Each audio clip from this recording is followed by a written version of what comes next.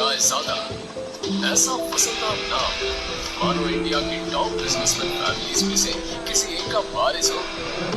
अहान एक करोड़पति business family का दामाद तो जरूर है, मगर उसकी हालत पर घर के नौकर भी कहते हैं कुछ पैसे चाहिए तो बता देना, तुम्हारी गरीबी देखी नहीं जाती। कहने को तो अहान जैसी रिच फैमिली के दामाद सड़कों पर महंगी कार दौड़ाते थे, महंगी ग्लव्स बिछाते थे, मगर अहान की लाइफ में 3 चीजें आम थी। पहली चीज बेइज्जती, दूसरी चीज बहुत बेइज्जती और तीसरी चीज बहुत से भी ऊपर वाली बेइज्जती। और हाँ, कभी कभी वो किसी रईस को जब अपनी बीवी को एक महंगे होटल में खाना खिलाते देखता था तो वो खुद से कहता था, एक दिन अपना भी टाइम आएगा जब मैं महंगे सूट में ऐसे किसी महंगे होटल में अपनी बीवी शनाया को जश्न के साथ खाना खिलाऊंगा। जब वो मेरे सीने से एक रोमांटिक डुएट में मेरे साथ रोमांटिक कैंडललाइट डांस करेगी तो वहां बैठे सारे रईसजादों के सीने पर सांप लौटेंगे।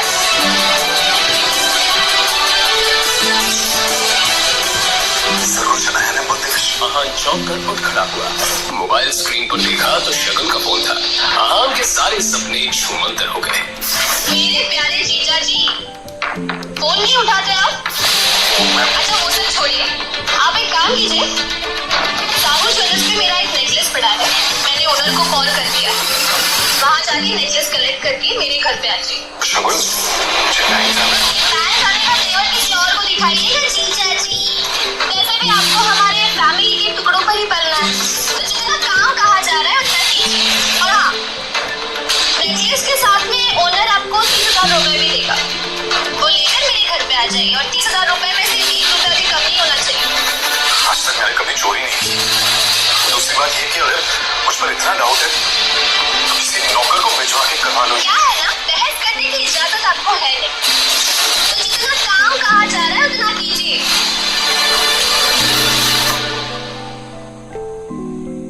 तैयार होकर वो बाहर निकला और जैसे ही सामने देखा तो उसकी सांस यामिनी गिल अपने कुछ सहेलियों के साथ रमी पार्टी में व्यस्त थी। तभी यामिनी जी की एक सहेली ने अपने सैंडल की तरफ देखकर कहा, यामिनी ये देखो ना, तुम्हारे आते आते मेरा पैर टूट गया चप्पल का, अब मैं घर कैसे जाऊंगी? तो इसमें टेंशन लेने वाली कौन सी बात है, तुम पार्टी एंजॉय करो, मैं नौकर से कह दूंगी वो ठीक करवा कर लाए। ना ना, मैं नौकरों पे भरोसा नहीं करती, मेरी चप्पल महंगी है, तो एक बार टूट गई चप्पल तो मैं दोबारा पहनती नहीं, लेकिन क्या करूं, घर भी तो जाना है ना। अहान उस तरफ से निकला ही था जब यामिनी जी की नजर उस पर पड़ गई। डोंट वरी, नौकर नहीं है, नौकर से थोड़ा ऊपर ही है, वो तुम्हारा काम अच्छे से करेगा। हाँ सुनो, ये चप्पल लो और इसे ठीक करा कर लाओ। तभी यामिनी जी की सहेली ने कहा, यामिनी ये सब काम दामाद से अच्छा नहीं लगता। अरे तुम इतना टेंशन क्यों ले रही हो, वैसे भी इसे ये सब काम करने में बड़ा मजा आता है। तुम लोग को भी कोई काम हो तो बता देना। दामाद है तो क्या हुआ, चप्पल भी ठीक नहीं करा सकता? कुछ तो करे, वैसे भी कुछ करता धरता तो है नहीं। ये बातें सीधा अहान के दिल पर आकर लगी, मगर अब उसे ये सब हमेशा ही सुनने की आदत हो गई थी। उसे याद था कि आज उसका बर्थडे है, मगर ये सिर्फ उसे ही याद था, बाकी किसी को भी इससे कोई मतलब नहीं था। शगुन का काम करना चाहिए। बहस मत करो, जो काम दिया है वो करके आओ। दामाद है तो दामाद की तरह रहो। भिखारी कहीं का शनाया की जिंदगी में ऐसा क्या लिखा था, तुम जैसा निठल्ला पत्ती मिला उससे। और अब यामिनी जी की सहेली ने अहान को उसकी टूटी हुई सैंडल की स्ट्रैप दिखाकर कहा, ये वाली चप्पल ठीक करना है, महंगी दुकान में ठीक करवाना, समझ में आया? कहते हुए उसने अहान का हाथ उठाकर सैंडल उसके हाथ में पकड़ा दिया। न चाहते हुए भी अहान को यह काम करना ही पड़ रहा था।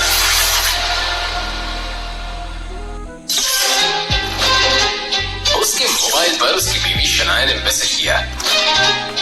ये मैसेज पढ़ते ही अहान के होठों पर एक स्माइल आ गई। आज पहली बार शनाया ने उसे ऑफिस बुलाया था। रास्ते में अहान को एक फूलों की दुकान मिली और अपना पर्स निकालकर देखने लगा। उसमें सिर्फ 500 का एक नोट पड़ा हुआ था। माफ करना आंटीज और सासू माँ, आप लोगों को सादत प्रणाम।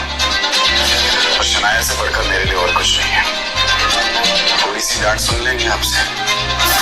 और फिर उस पैसे से यहाँ ने शनाया के लिए फूलों का वो बुके ले लिया।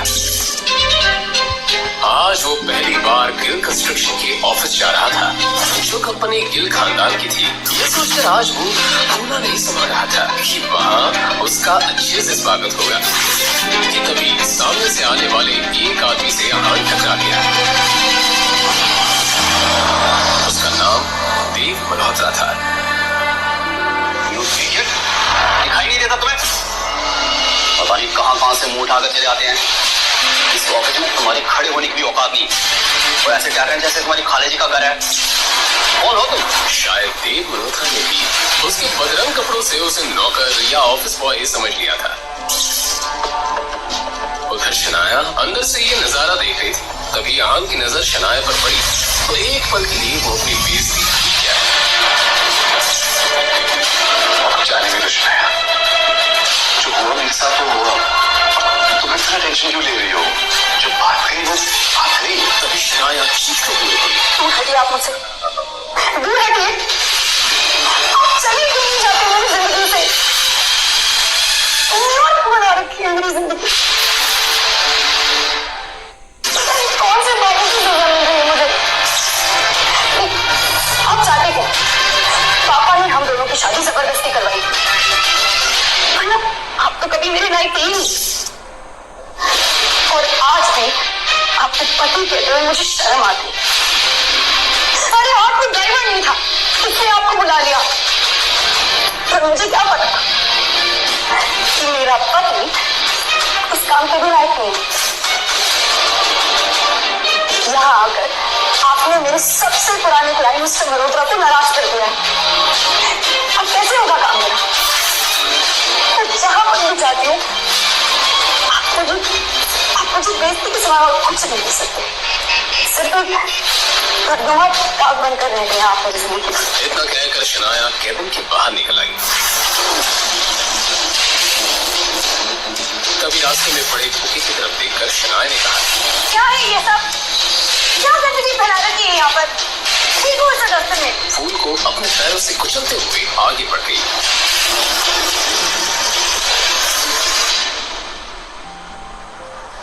मल्होत्रा अपनी कार में बैठा पहले से शनाया का इंतजार कर रहा था।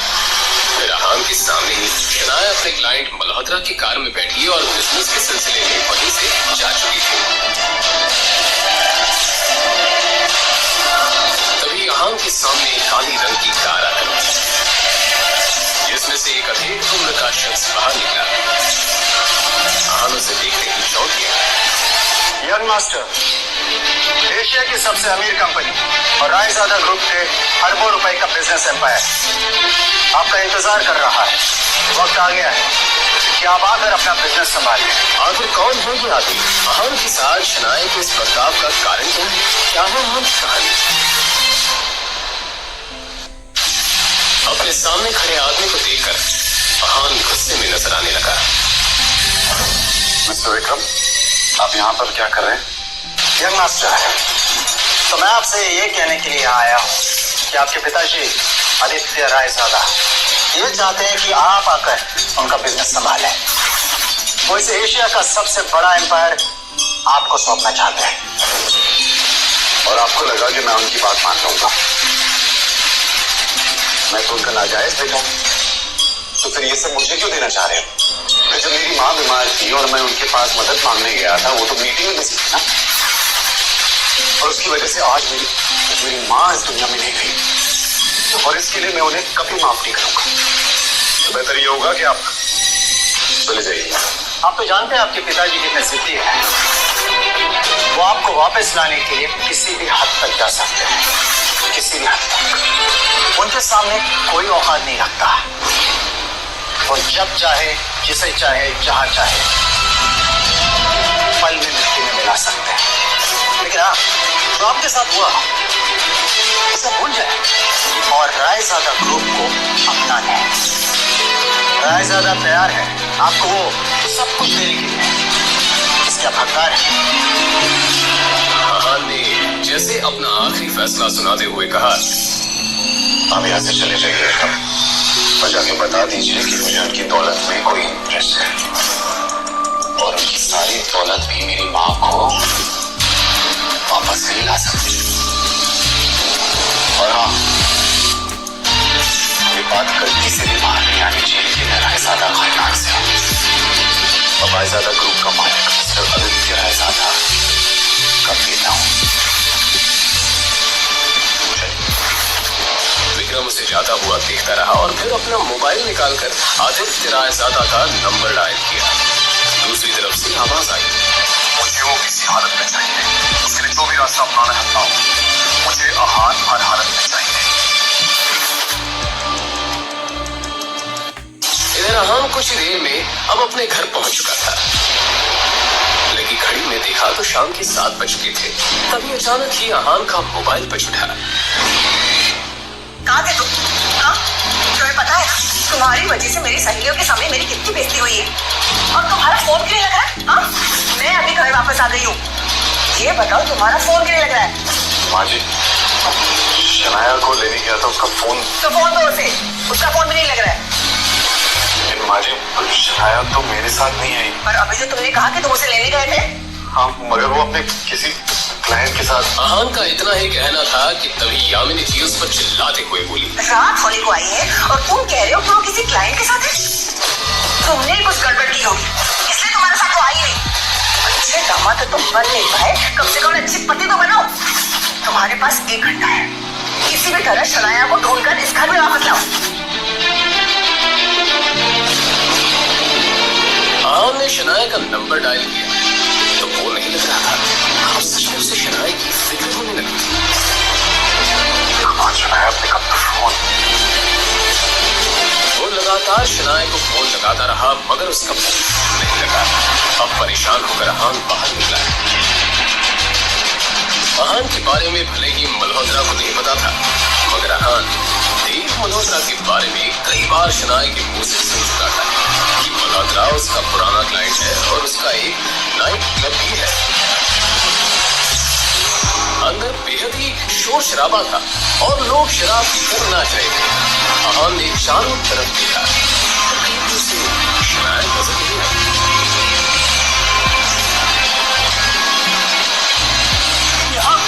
हमारी हिम्मत कैसी आने की?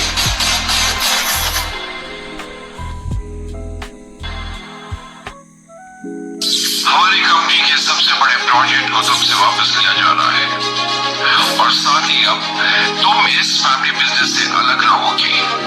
तुम्हारा अपील कंस्ट्रक्शन से कोई वास्ता नहीं होगा। I hope that is clear.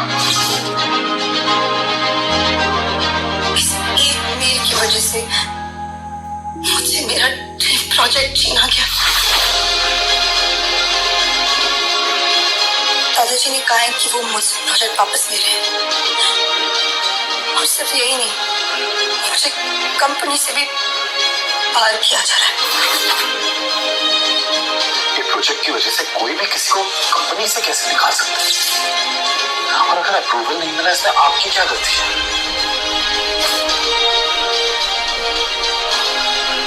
Shanaya, दुनिया मुझे निकम्मा समझती है। अब शायद आप भी मुझे ऐसे ही समझते हैं। अब एक बार अपने निकम्मे पति को भी मौका देकर देख लो। ओह, तो आप अपने आप को बड़ा तीसवां खान समझते हैं ना? क्या कर लेंगे आप?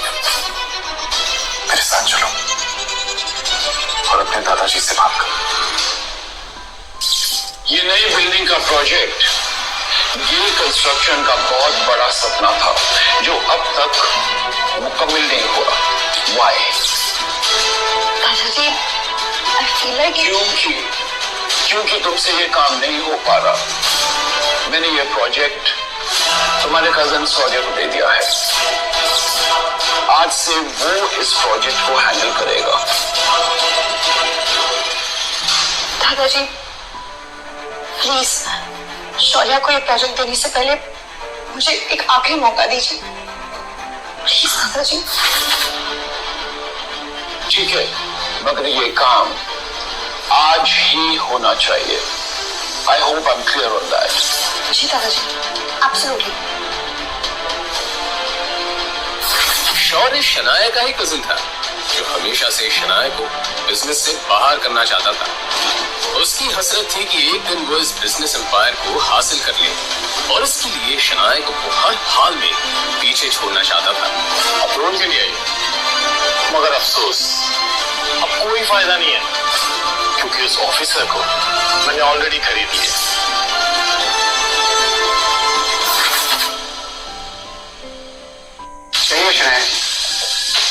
कैसे आना हुआ? फुल कंस्ट्रक्शन की जो बिल्डिंग है उसके सारे डॉक्यूमेंट्स कंप्लीट है और हर जगह पर सारे नियमों का पालन भी किया गया है। बावजूद इसके हमें अप्रूवल नहीं मिला। क्या मैं आपसे पूछ सकती हूँ कि आपने ऐसा क्यों किया? मैंने ही ऐसा करने बोला था। तुम यहाँ? मैं यही काम करती हूँ, और ये जिस सक्सेना से तुम बात कर रही हो ना, वो मेरा पति है शनाया। जब मुझे पता चला कि तुम्हें हमारे अप्रूवल की जरूरत है, तो मैंने ही इन्हें ऐसा करने से मना कर दिया।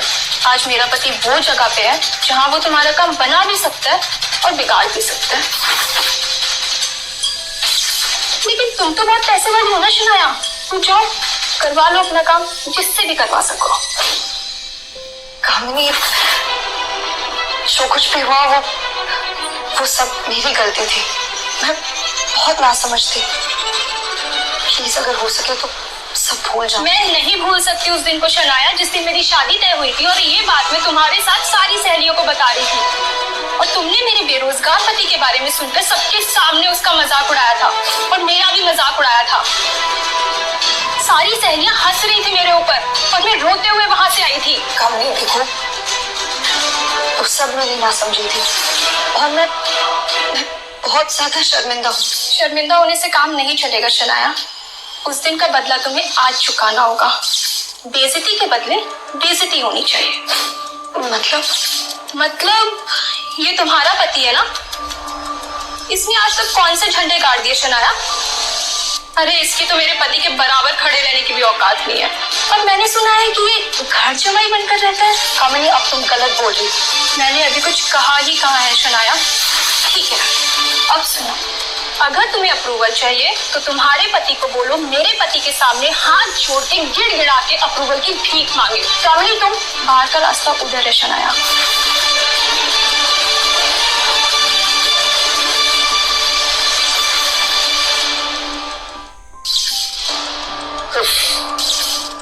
शायद काम हुआ नहीं। So sad. अब तो तुम्हें प्रोजेक्ट मेरे हवाले करना होगा। और तो और आनंद दादू की नजरों में भी अब तुम किसी काम की नहीं रही। अब तो तुम्हें कंपनी भी छोड़नी पड़ेगी। तुम बिल्कुल टेंशन मत लो, मैं हूं ना, मैं सब संभाल लूंगा। तुम बस घर पर आराम करो अपने उस निकम्मे पति के साथ, उसकी निकम्मी बीवी बनकर। और वो तुम्हारा पति कहाँ रह गया? वापस नहीं आया तुम्हारे साथ?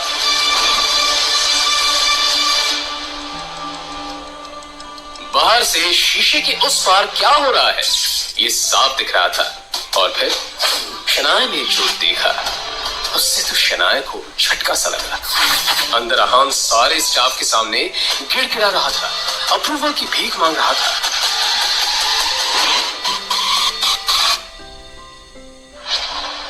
सचमुच बहुत प्यार करता है तुमसे, तुम्हारे लिए कुछ भी कर सकता है। वैसे कहाँ से मिला तुम्हें ये? खैर, मुबारक हो, तुम्हें तुम्हारा अप्रूवल मिल चुका। मगर ये कैसे हो सकता है? मैंने तुम्हारे पति को पैसे दिए हैं। वो तुम्हें वापस मिल जाएंगे। मेरे लिए मेरा बदला ज्यादा जरूरी था।